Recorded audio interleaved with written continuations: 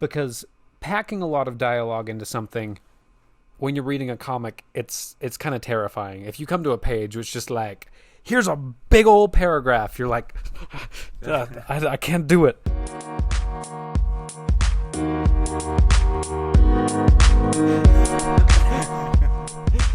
Anyways, hello everybody. Welcome to DTR Comics Podcast, where we go over different visual media every week, except for the weeks when we don't, because we have lives. But we do pretty good. And today we are talking about Hawkeye, My Life as a Weapon. And I like this because look, you can see it. Ah, look at that. Ooh, it's very nice.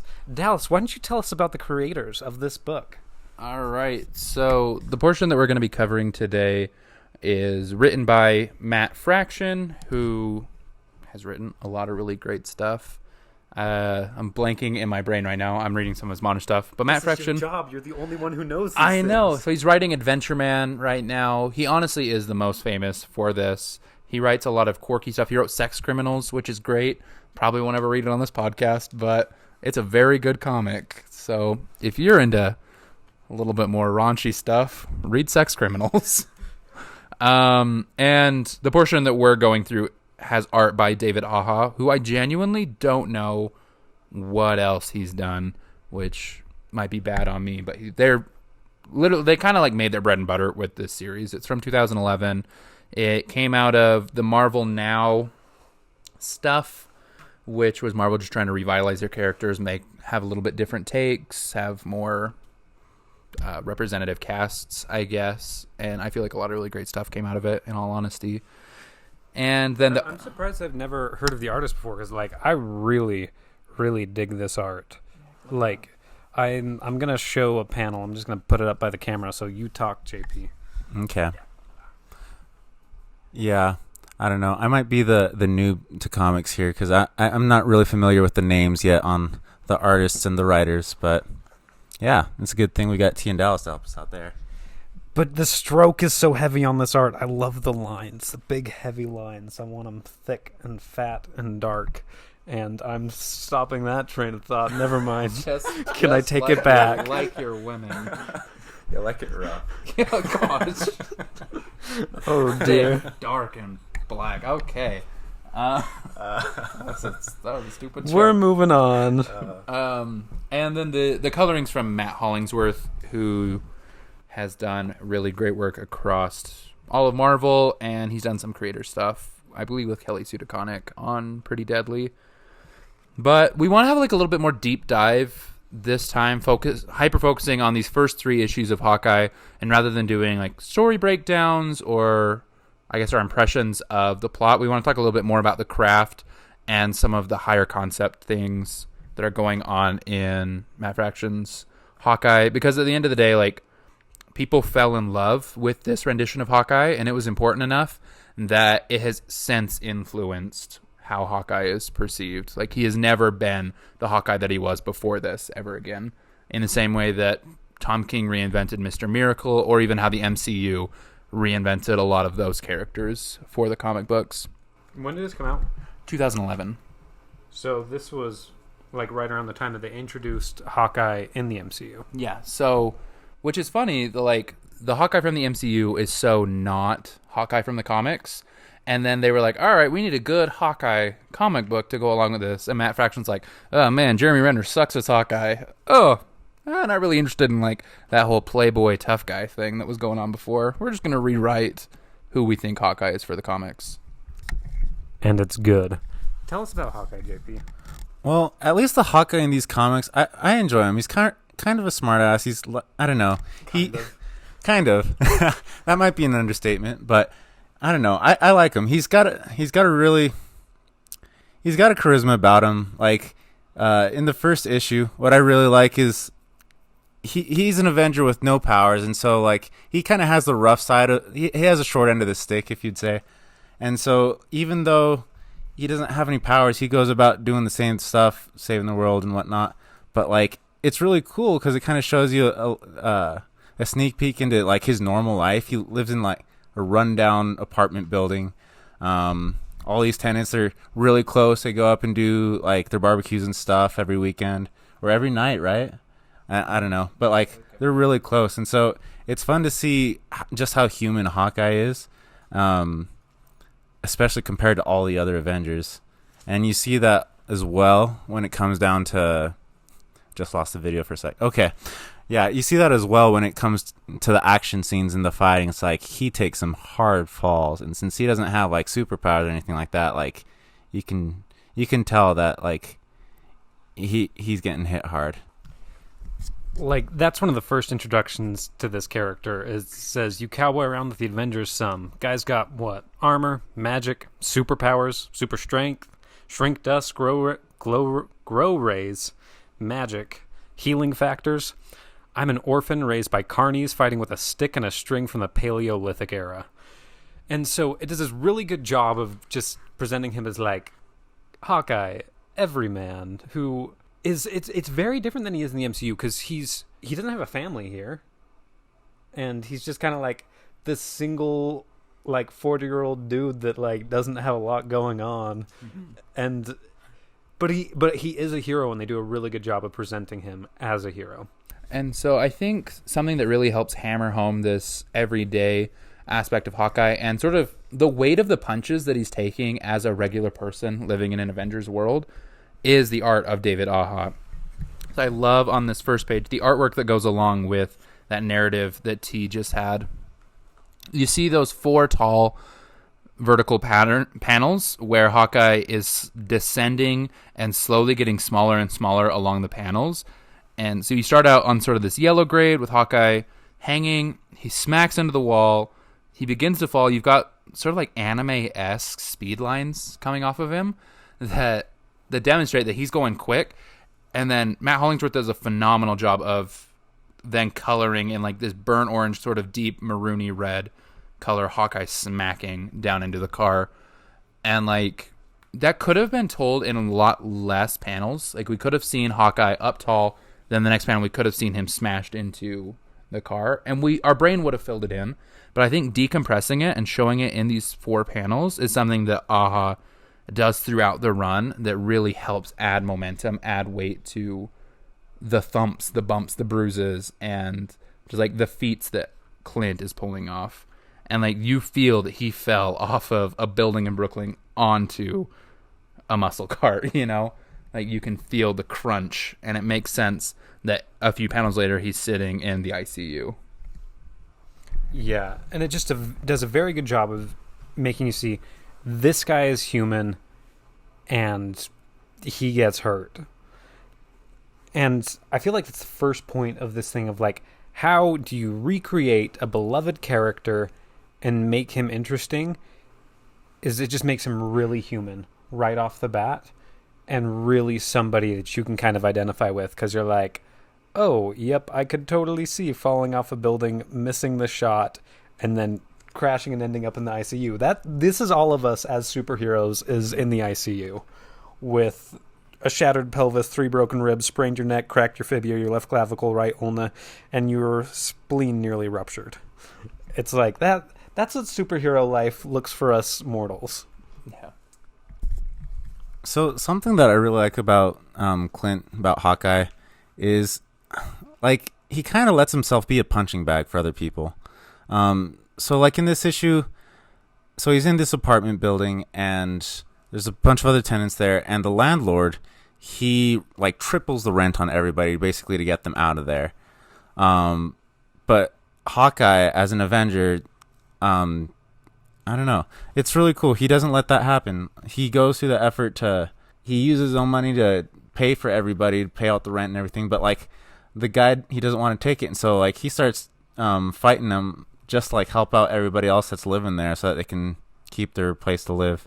And as a human, like he takes a real beating trying to take on this guy's goonies and whatnot. And so it's kind of fun. You see him in the panels, he's got like something on his nose, broken nose, and he's always got like scratches on his face, and I don't know, he's just a lot more kind of rough and tough character than Sort of like more tactile than the rest of them. Oh yeah.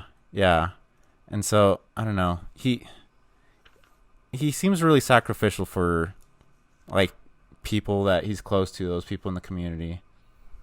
And so that's something that I really liked about him, made him more relatable. Which is great because it's kind of like, that's what the heroes are, It's this idea that anybody can be self-sacrificial for the people around them and help them. And so it's kind of like, yeah, Hawkeye's gone and saved the world, but now he's just trying to like help the people close to him, which is a message I love, because sometimes you can't save the world, and sometimes you are a random person with normal powers, but you can still help those around you. Yeah, I agree. I think something that kind of brings that home as well, again, is the coloring from Matt Hollingsworth. If you flipping through this first issue, you can see the primary colors that are used. Obviously, there's like purple accents for Clint, but the pages are washed either yellow, blue, or red. And this is just my interpretation, just flipping through, it seems like the more heroic moments from Clint, be it him triumphantly throwing his wheelchair into traffic, or him going and sticking up to the landlord about everyone else's rent, or even him then going to buy the building from the evil landlord. These are all washed in this sort of golden color, this sort of like classic superhero, sunshine all around. These things are great.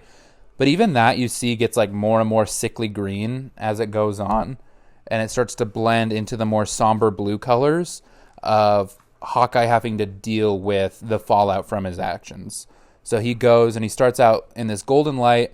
He has to go and stop the tracksuit bandits, we'll call them, and that ends up getting him hurt, ends up getting this dog hurt, ends up getting the people around him hurt, and so it bleeds into a much more somber blue. And there even ends up being some greens on the transition pages between yellow and blue. And I think it's such a fantastic way to subtly lead us as readers, where like if you don't slow down, you're not going to notice that, but you're very aware of the mood that's going on each of these pages. And I think Matt Hollingsworth really underscores that well. Yeah. If you got something to say about this, JP, you should, because then I want to talk about Tinder. Okay. Well, it wasn't in this issue in particular. So a later issue, it's the car chase one. You don't mind if I skip ahead to that, do you? No, we're just talking about the whole thing. Okay, cool. So I was actually looking at the artwork and the coloring specifically on that one, and what you were saying kind of, I don't know, that was cool. But like in this issue, like the three colors that popped out to me were like, again, that kind of brown, yellow, gold. And for me, it kind of reminded me, I don't know, I've never played it, but like the first thing that popped in my mind was like Grand Theft Auto San Andreas. Yes. And especially this issue, since it's a car chase, I'm like, okay, is this like a hint to that? And so I thought that was really cool. Second of all was the purple for Clint and for Katie. And like that's just their kind of superhero color. It's kind of fun seeing that kind of pop out in the car chasers. The red Dodge, what was it, a Challenger? Yeah, the red Dodge Challenger, and then the purple Volkswagen. But then, then there was that red for the really cool the Dodge Challenger, and also its owner, who we never get her name, do we? Mm-hmm. Yeah, but I thought that was really cool, like how they just pop out as red, kind of like a sexy and badass color. I don't know, kind of like personifies them a bit more. Yeah, I didn't even pick that up until you brought it up, but the cars are associated with the colors of these two women in Clint's life. Yeah. Honestly, they got like the purple of Kate being like sort of more grounded, and then you've got the exhilarating red with this new love interest, with her muscle car, with the action that's going on, while Kate's just trying to like follow along and keep them safe. Yeah. I like that a lot. But yeah, when you were talking about colors, that kind of came to my mind. I wanted to mention that. All right, what do you have to say about Tinder? Okay, we're going to talk about Tinder. So I read the study once upon a time about Tinder, that one of the biggest factors in determining like whether a girl would swipe right on a guy is whether or not they had a dog in their photos. And so it made it funny to me when we're talking about like, how do we make these characters likable? It's like, give Clint a dog and make him like nice to the dog, because then people will like him. And you do, because it's like, that's the beginning of the story, is he finds this dog that's kind of been mistreated by these gang members, and he feeds it pizza. And then when he's about to get shot by said gang members, the dog attacks these people and gets kicked and into traffic and Clint saves the dog by flicking a coin through this guy's windshield so he doesn't hit the dog as hard, and then takes the dog to the vet and says, "Save this dog." And they're all like, "I don't know, he seems kind of sick." And Clint's like, "F that, save the dog, he's gonna live." And I think it's just funny how we can relate to characters through their love of animals. I didn't notice that, but now that you say it, yeah, like that's something that I love about Clint, like the dog and how I he. love Pizza Dog. Yeah, you gotta love Pizza Dog. Well, I also just love that, like, this down-to-earth version of a superhero has a dog. He also has one-night stands with crazy redheads. Like, I love the image of him hopping out of the way and them censoring it with the classic Hawkeye mask. Can we show them that? I feel like that is one of the best panels in the entire series. We posted it on our Twitter account. There's a shameless plug for our Twitter account there. But again, he feels tactile. He feels like somebody that's just kind of like living his life, but he has this pull towards morality and towards heroism that I guess like elevates him above the average person, you know? So he's just like living a normal life, but then he puts himself in harm's way to help other people. And I think that's the main difference between Hawkeye and you and me, you know? And it makes it a little more attainable to try and be like Hawkeye. Yeah, and I think it says a lot that just kind of like he does have the courage to stand up to people and be okay with those consequences, which is something sadly we don't do a lot. But should we talk about Kate now? Oh, Absolutely. Kate. We're going to talk about Hawkeye again, but girl Hawkeye. Oh, she's Right, that's what just Hawkeye. Well, I mean, she's straight Hawkeye, which is why I led with that. But love it. What, JP? So that's what I was gonna ask. So I don't know as much on the kind of backstory on like Clint and Kate. I know that both of them are Hawkeye, and then at one point Clint is also what, Ronin, or is that his name? Okay, and so all right. So, once upon a time, post-Civil War, which you all saw in the movie, and if you read the comic, hats off to you. It's fine. The Avengers get disbanded, and in the power vacuum, Norman Osborn and a bunch of the villains come and pose as heroes and become the Avengers. And so, the real heroes have to become secret Avengers, and they take on new personas. And T gave me a look like this is a lot of why I don't read superhero comics, and he's right. But they all take on these separate personas. Hawkeye's being Ronin, who's basically a ninja. So he dresses up like a ninja and kind of forgets the whole Hawkeye thing for a while.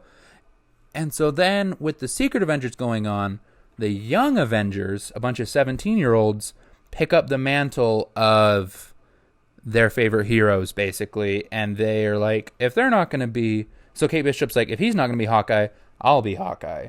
America Chavez is like, if there's not going to be a Captain America, I'll be Captain America. And like so on and so forth.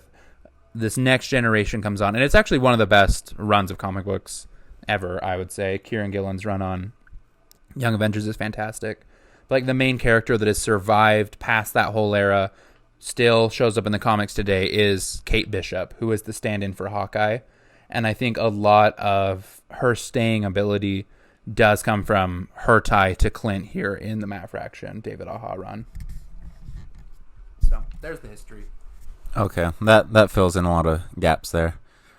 Well, Kate Bishop, she is Hawkeye as well. What is she, like 19 or something like that? Less than that? Late teens, early 20s. And so she was first in, the second issue? Okay. Yeah, so it's kind of cool. Like, I had no background on Kate whatsoever. And so, like, reading this, seeing her, to me, she was almost a better Hawkeye. I don't know if that's accurate or not. But, like, yeah, from what I could grasp, like, she seems to be even a better shot than Clint. And it's kind of funny because, like, she's this younger, almost a kid compared to Clint. But, like, so he treats her a little bit like a kid, but she still outskills him, which I think is really kind of funny. So it kind of keeps him humble a bit, but he still gives her crap all the time. Yeah, but he does respect her a lot. Like, Oh, yeah. the very first time that it shows her she's talking, and he says, "This is Kate Bishop. Kate took over for me as Hawkeye once upon a time when I was, well, dressing up like a ninja, sort of, is a short version. She is without a doubt the finest and most gifted bowman I've ever met, but she's like 9 years old and spoiled rotten. She's pretty great."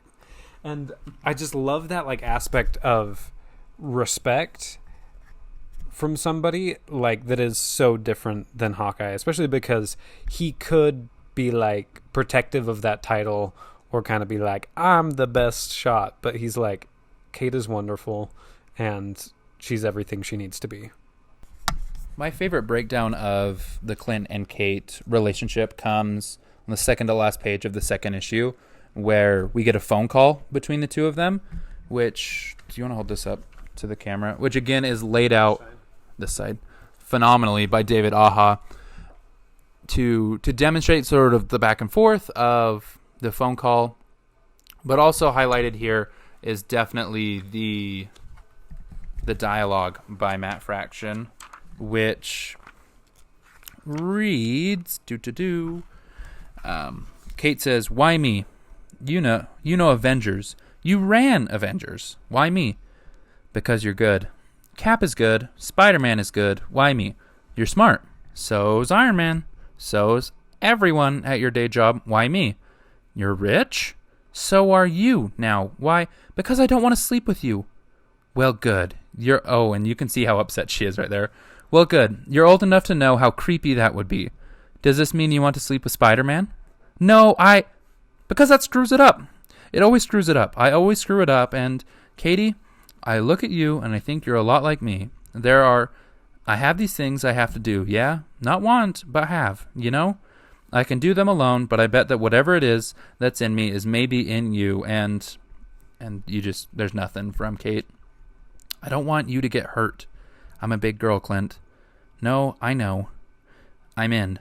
Okay, good. Good night. Bye. Because I don't want to sleep with you? Dummy. It's just so perfect to see like this little relationship between the two of them. Like she, being Clint's ward, wants so badly for him to value her and to like express that well, and Clint, being Clint, is incapable of saying it to her. So we read at the beginning of this issue, he thinks she's one of the most talented bowmen ever. He thinks she's amazing, all these things. But when talking to her, all he can muster is, I don't want to sleep with you, so that's why I want you to be my partner.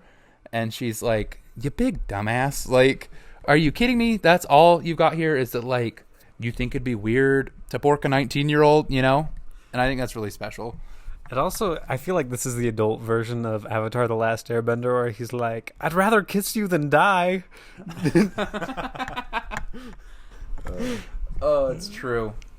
And I love their dynamic. I love Katie. I love Clint.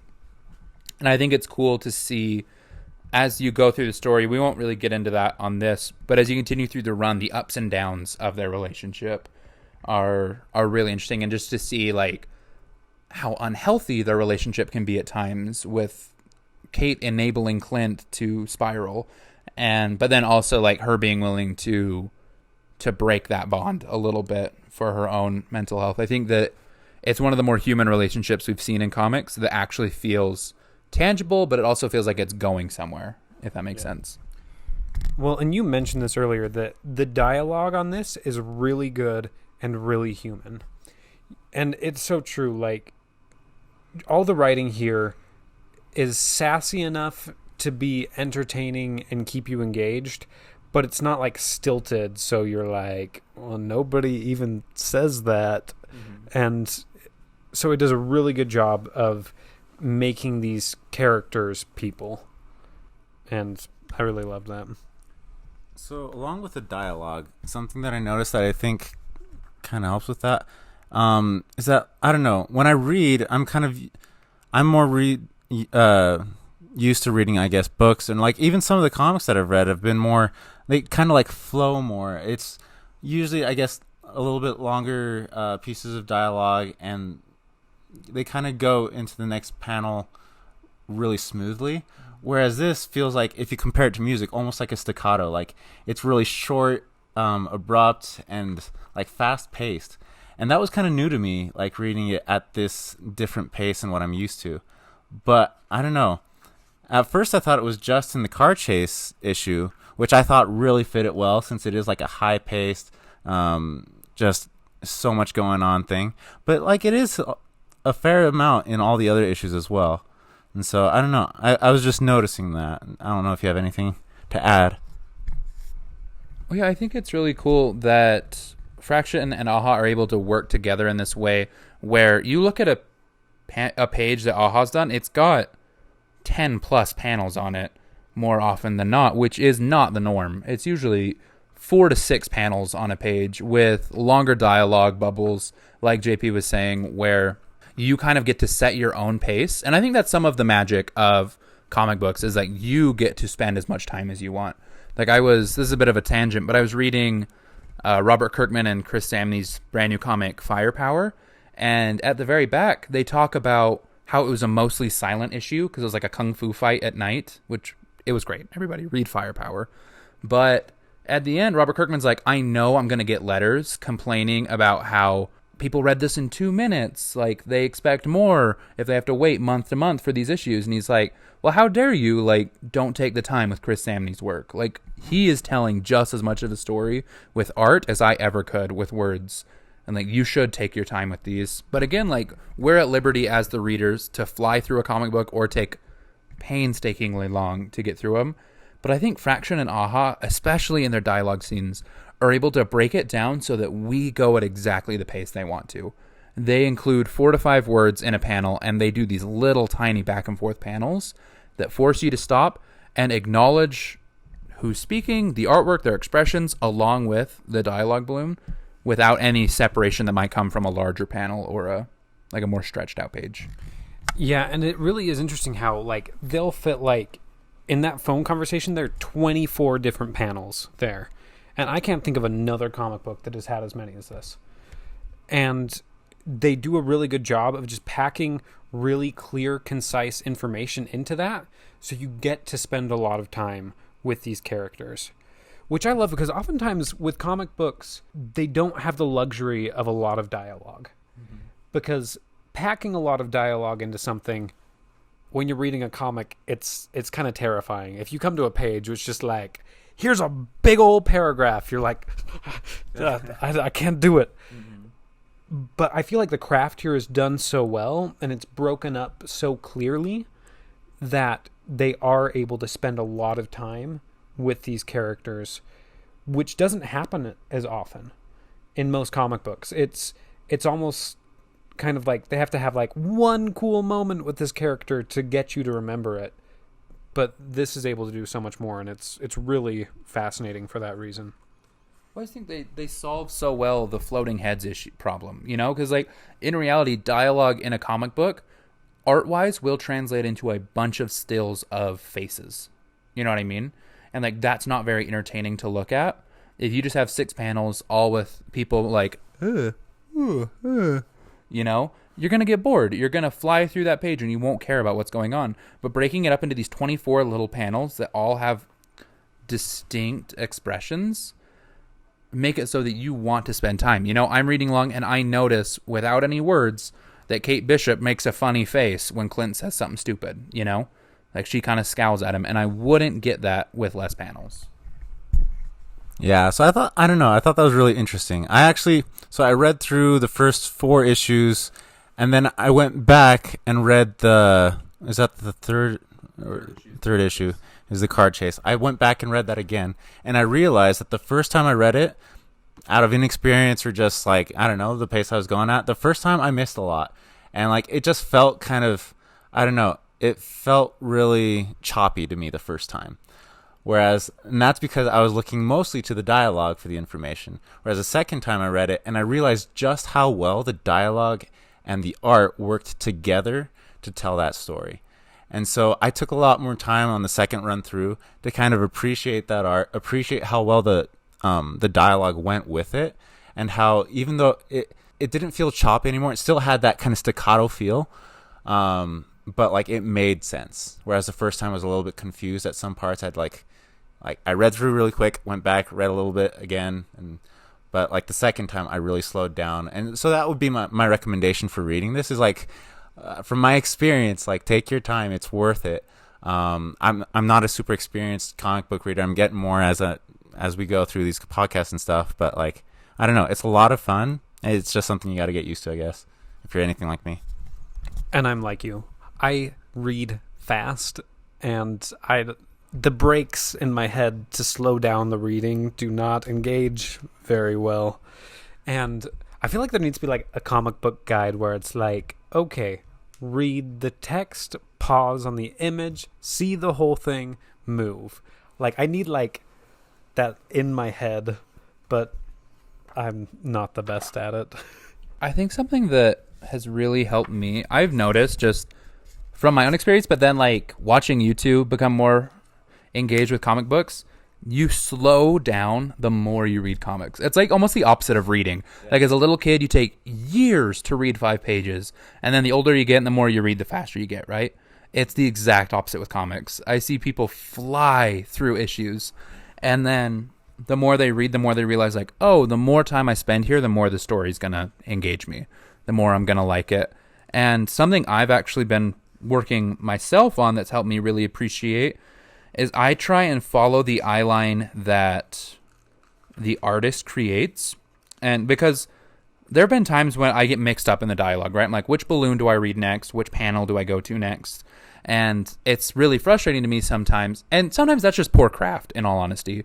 Sometimes they did not do a good job. But other times, I just need to pay attention to what they're trying to show me. And so like this page that T's on actually is really great.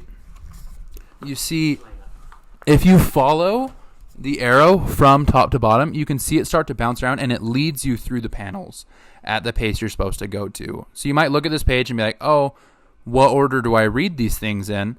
But if you're willing to actually follow the art and follow the lines that David Aja is creating, there's no mystery to it, right? You know exactly the storytelling device of the arrow flying, bouncing, and coming back and hitting the bad guy in the neck. There are no questions about where it came from, what it's doing there.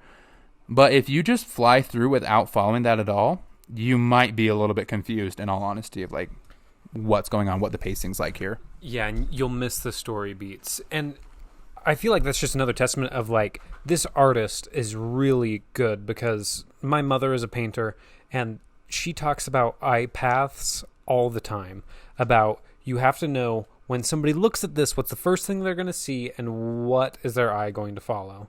And because this is laid out so well, it's able to do that. But you definitely still have to slow down to get those things. JP, what are some of the things you feel like you picked up by slowing down in the 3rd issue? Okay. What did I pick up that... I think at first I was mostly just like reading through and then going back and looking at what happened. And so by kind of reading and then looking at that panel together instead of like reading the whole page and then going back and looking at the whole page, I wasn't confused as I read the dialogue, because the picture explained that dialogue bubble as I was reading it.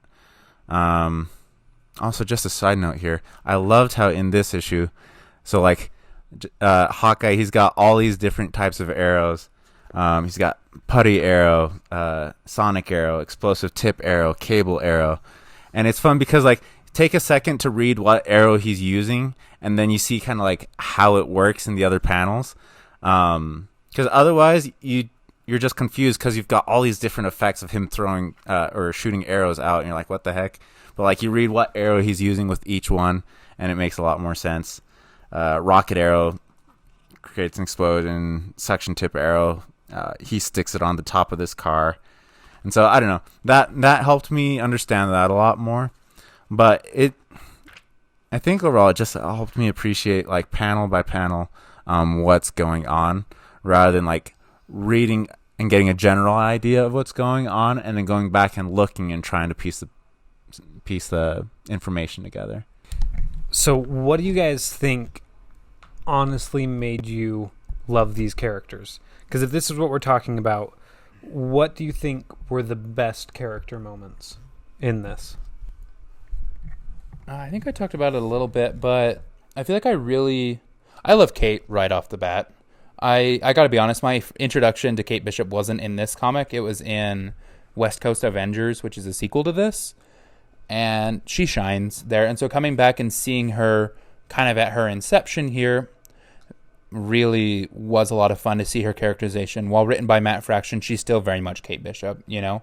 I feel like sometimes specific writers or artists have such a strong voice that characters get lost when they transfer creative teams.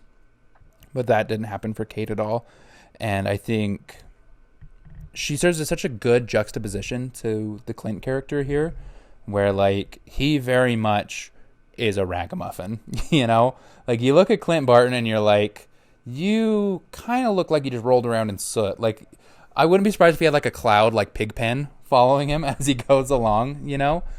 But it's also just Band-Aids falling off of him and, like, exploding arrows going off in his quiver. Like, Hawkeye is the hero that if you were passing in the street and it's like a mom and a little kid, they might cross the other side. Oh, for sure. I love... he can, like, hide the fact that he's an Avenger pretty easily. They're like, are you? Nah, not me. Just normal guy. And they're like, okay. But then other times he's like, I'm an Avenger. This is okay. And they'll be like, what are you? Are you Iron Fist or something? And he's like, no, Hawkeye. I'm Hawkeye. Founding Avenger. Like, I've been there since the beginning. Captain America trained me. No, nothing. Not perfect. All right. I also, outside of, like, personality and just who they are, I think something for me that was so powerful in this comic is iconography. Like, all the bad guys wear Adidas tracksuits. And as funny as it is, like, I've started watching Glee with my wife because that's the point of pandemic that I'm in, is watching Glee with my wife because she wore me down. And Sue Sylvester, the, like, main antagonist, she wears Adidas tracksuits all the time, and that's her whole shtick. And, like, I have a hard time believing these guys don't wear Adidas tracksuits because of Glee. You know what I mean? And so, like, I see a track. I'm pretty sure they are. Look at that icon. Oh no, they're wearing Adidas tracksuits for sure. And, like, I see an Adidas tracksuit, and in my brain, I know, uh-oh, here's trouble. You know?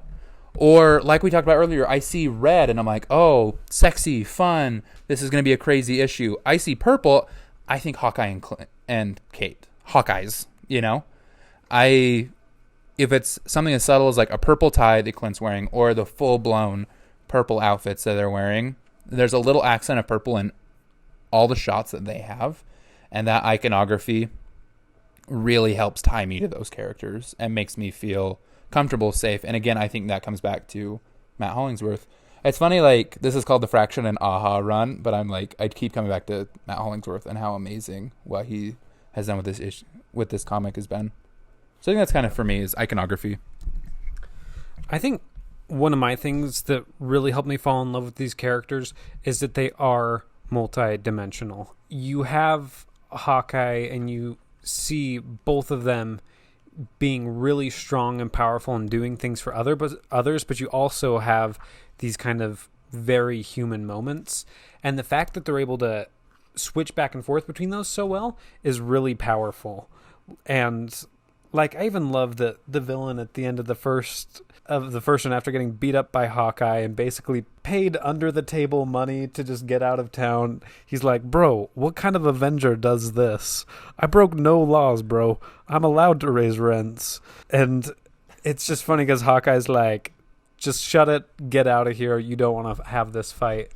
And so I love that there's some real truth to that question. Like, what kind of Avenger beats up a bunch of... Yeah, like, they're not nice dudes, but they didn't do anything illegal. But then at the same time, he is so self-sacrificing for other people. And I love seeing that dichotomy of character, and that you have both sides of that. Because too often you get one-sided superheroes. And that can really work, but it's really fun to see both sides of both Hawkeyes. Yeah, I think my favorite part of the characters, especially like Clint and Kate, is just their relationship, like how they interact with each other.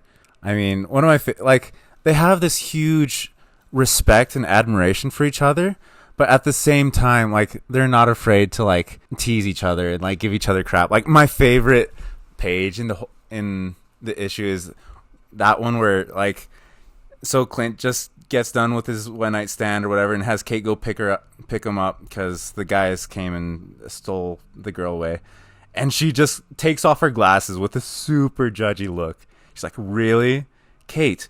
Really, with the abs and the drive? Yeah, keep your shirt on." I just love how much sass she gives him. Like, I don't know, just that relationship. Like, you can tell throughout the whole story, like, just how much they respect and admire each other. Like Clint for his experience, for like his selflessness and wanting to help out others, and then Kate, like, just for like, she's amazingly talented, and like, even though she's so young, she'll go out and she'll be a full-blown Avenger. And like, so like, they just have this mutual respect and admiration that I really love in their relationship. Yeah, and I think that is honestly the strength of this comic, is it's talking about very mundane things. Okay, not very mundane. I mean, it's still a comic, you know. There's still a mafia, and there's still some plots, and there's still a bunch of action, and duffel bags full of cash, and it's fun. But it doesn't try to go as over the top as other superhero stories. Instead, it just says, what if we make a more normal story with really just adorable characters? And you're like, I can get behind that. I really like that. I like the dog, and I like Clint, and I like Kate, and I like just the chill nature of all the tenants at the building, which are part of the story. And because they spend so much time on the mundane, it really makes it special. I love the influence that this comic had on the comics industry as a whole. Like I was explaining to you guys, all those events that led up to Kate being Hawkeye, like, I saw the glaze go over your eyes a little bit. And like, that's the reality of where superhero comics were, because at the end of the day, they were competing with television, they were competing with movies, and they thought the way to do that was to just up the spectacle over and over and over again and make it bigger and bigger and more bombastic. And what Matt Fraction and David Aja did was they brought it right back to what made Marvel Comics special from the beginning. You had DC Comics that had a ton of heart, had a ton of fun, had these big wacky sci-fi adventures, and Stan Lee and Jack Kirby came in and said, we're going to make a sci-fi comic book about a family with the Fantastic Four. And they came in, they're like, all right, we're going to make a superhero story about a 15-year-old kid that has all the foibles of a 15-year-old kid, you know, and they made really human stories with aspects of heroism, and they sold like hotcakes. I mean, here we are 75, 80 years later, and still going strong, you know. And I think that Matt Fraction tapped back into exactly that magic with this Hawkeye run. And regardless of how people feel about the Hawk guy persona that this created, and whether or not they like that for Clint's character, I think the craft and what this story did was good for comics in the long run, because we've had fantastic things come out of it. We've had, I mean, my favorite character of the last 10 years, Kamala Khan, is a result of this. You know, it's like, oh, people want to hear human stories again. People don't need big bombast for it to be interesting. And I really appreciate that from this story. Yeah, and one of my favorite examples of this is, because I'm pretty sure that I've said this line to you before, JP, in a different context, but they're having this car chase, and Clint, both Hawkeyes are in the purple car, and they crash into the red car that belongs to Clint's date. First off, that's just a cool panel with the crash at the top. And then Kate turns to Hawkeye and says, look, it's a metaphor for your love life. And it's just like, there's so many layers of that being fantastic, because it's like, it's the girl that he now likes, and they just crashed his car into hers after she got kidnapped from being with him. And it's just like so perfect, and it's just like, you can tell that they're friends, and you really get to feel that camaraderie. And it's like, oh no, this is a thing that you do with your friends. You joke about how bad their love lives are, and it's just, it makes it so personable and lovable. Okay, I've got a question. So neither Hawkeye nor Kate have superpowers. So what is it that makes them superheroes? I feel like I've already mentioned this briefly, but just the fact that they're willing to help other people and be brave in that fact. Because it's kind of like, I feel like a lot of people, the world over, they want to help people. You know, very few people are just like, I'm in it for myself. But then usually we don't have the courage to do the really hard things that would need to happen to help people. Whereas Clint and Kate want to help people, and they're not perfect, but they're actually willing to do that. They're willing to go and be like, well, time to get in a fist fight with a bunch of mafia members to buy back an apartment complex just to help people that can't help themselves. Even though I'm pretty sure Clint gets shot doing that. And then even after getting shot, he goes back to help the dog that helped him not get killed when he was shot. And just like this tenacious pursuit of doing what's best for other people, even when it's going to hurt you. Yeah, I agree with that sentiment, basically. It reminds me, shameless plug here, we have a manga podcast, Triple M, Manga Men, or Mango Men, whatever the heck you want to say.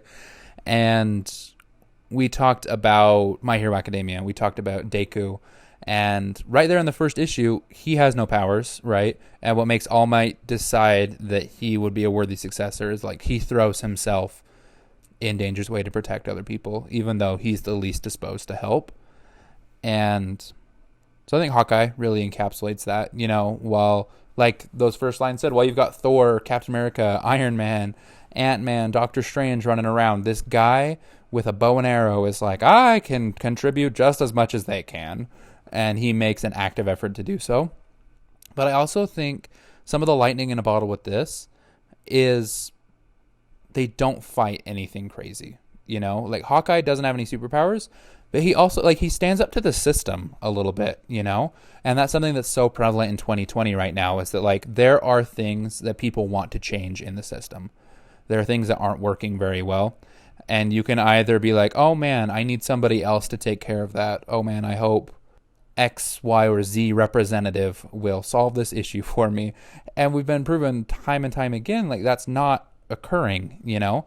And it's like Hawkeye, It's never been effective. no, it's never been like, hey, you, that this doesn't affect, I hope you fix this for me.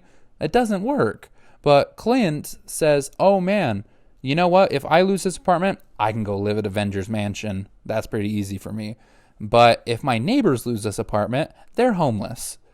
And so he, from his place of privilege, being in the Avengers, actively works against the corrupt system, you know? And I think that's a more inspiring superhero story than a lot of the other things. You know, that's more inspiring than Spidey beating Doc Ock yet again, you know? And I love this down-to-earth Hawkeye. And I think it's really relevant for our time right now. Do you want to answer your own question, JP? Sure, yeah. I think like what you guys said is completely true, that like he's able to sacrifice himself for others, including going against the system to help out those that can't help themselves. And that's something that I feel like we can definitely use more of in today. And it doesn't take superpowers, just how Clint and Kate show us. It just takes willingness to, put ourselves out there, get out of our comfort zone, and stand up for what we believe in. Something else that I really liked, Clint and Kate, they developed their talents. Like, something that let them fight alongside the Avengers is their ability to shoot arrows and fight bad guys. But like, that wasn't a superhuman power that they were born with. It's something that they developed. And something along with that I really enjoy is that just because there was already Clint as Hawkeye, that didn't stop Kate from stepping up and becoming Hawkeye as well. Just because somebody's really good at one thing doesn't mean that they're the only person that can help the world with that ability. And so sometimes I feel like in the world, like, oh, there's already people that are great at doing X or doing Y, so why should I even try? Like, I'm only this good at it. Like, I enjoy it and I do well at it, but like, I'm not as good as them.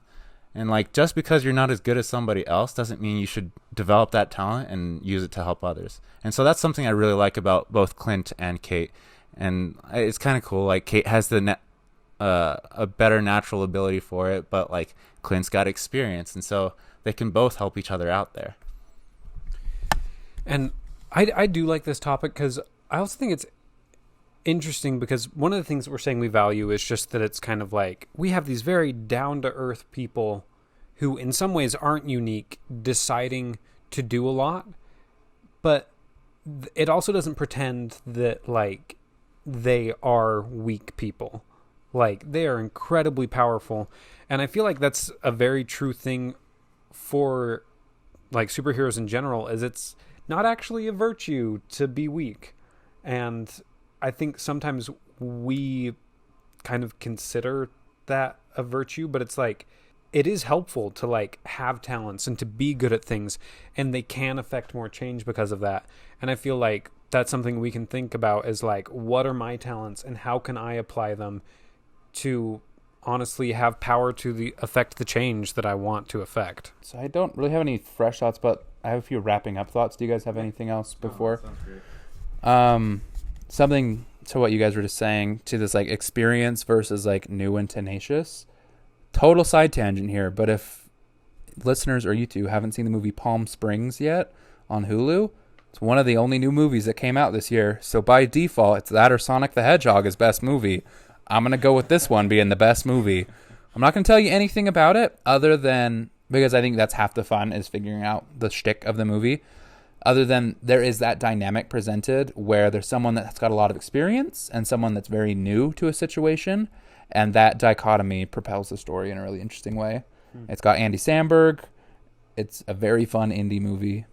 It says a lot of F words though. So watch at your own behest, I guess. It's like Sex Criminals. So good. But I can't recommend it to everyone. Just like make sure you got the disclaimer on the front there. So I hope you like that a lot. I really liked this a lot. I want more comics like this, basically. Yeah, especially because, see, here's me, and if you have watched this a few times, you know that I tend not to love the superhero comics, and these two get kind of pissed about it. We like them.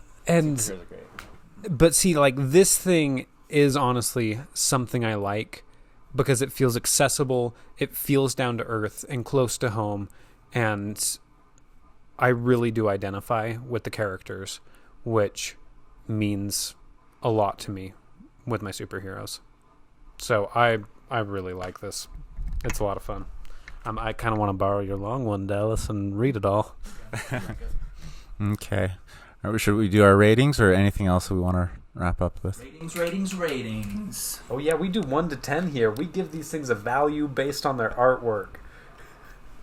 We value art here. We tell you if your art is good or bad. Numbered system.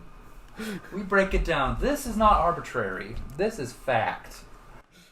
I'd have to give this one an 8. I really enjoyed it. It was a little bit... The art is a little bit different for me. Just, I don't know, maybe not my favorite style. It's great. It's just personal preference to me, though. And so, I don't know. I liked it quite a bit. It was a fun one to read. I'd give it like an 8.5. I really liked the art, and we said briefly how I felt about the nice heavy lines in the beginning. So I really liked the art. I really liked how personal it is, and I really just love the characters. So, and it's actually been fun to spend more time with it because I love it more as I spend more time with the characters. So I'm really excited to read the whole thing. All right, I'm going to give a bit of a cop-out here. Okay. The first 3 issues that we reviewed here, I'd probably agree with you, like 8.5, maybe even an 8.75 for me. But having read the whole big boy over there that JP's holding, the last third of this story is so banana nuts crazy and ties back so well to the beginning of this. There's a bit of a lull in the middle, I'm not going to lie to you. Like the last 10 issues of this series are and so like it has informed me going back and reading these first 3 to make me like them more. So I think like 9.28 is where I'm going to sit on this because of rereading them after reading the beginning makes me love them more. Awesome. Okay. Well, thank you everybody for listening. This has been DTR Comics, where we review different graphic media, and we hope to see you next week because we usually come out with things every week, except when we don't. Except when we don't. Love you all. Follow us on Twitter. We've actually been posting funny stuff recently, and so all the more reason to do so. And we love you. So much. You sweet, sweet listeners. Signing off. We'll see you next time.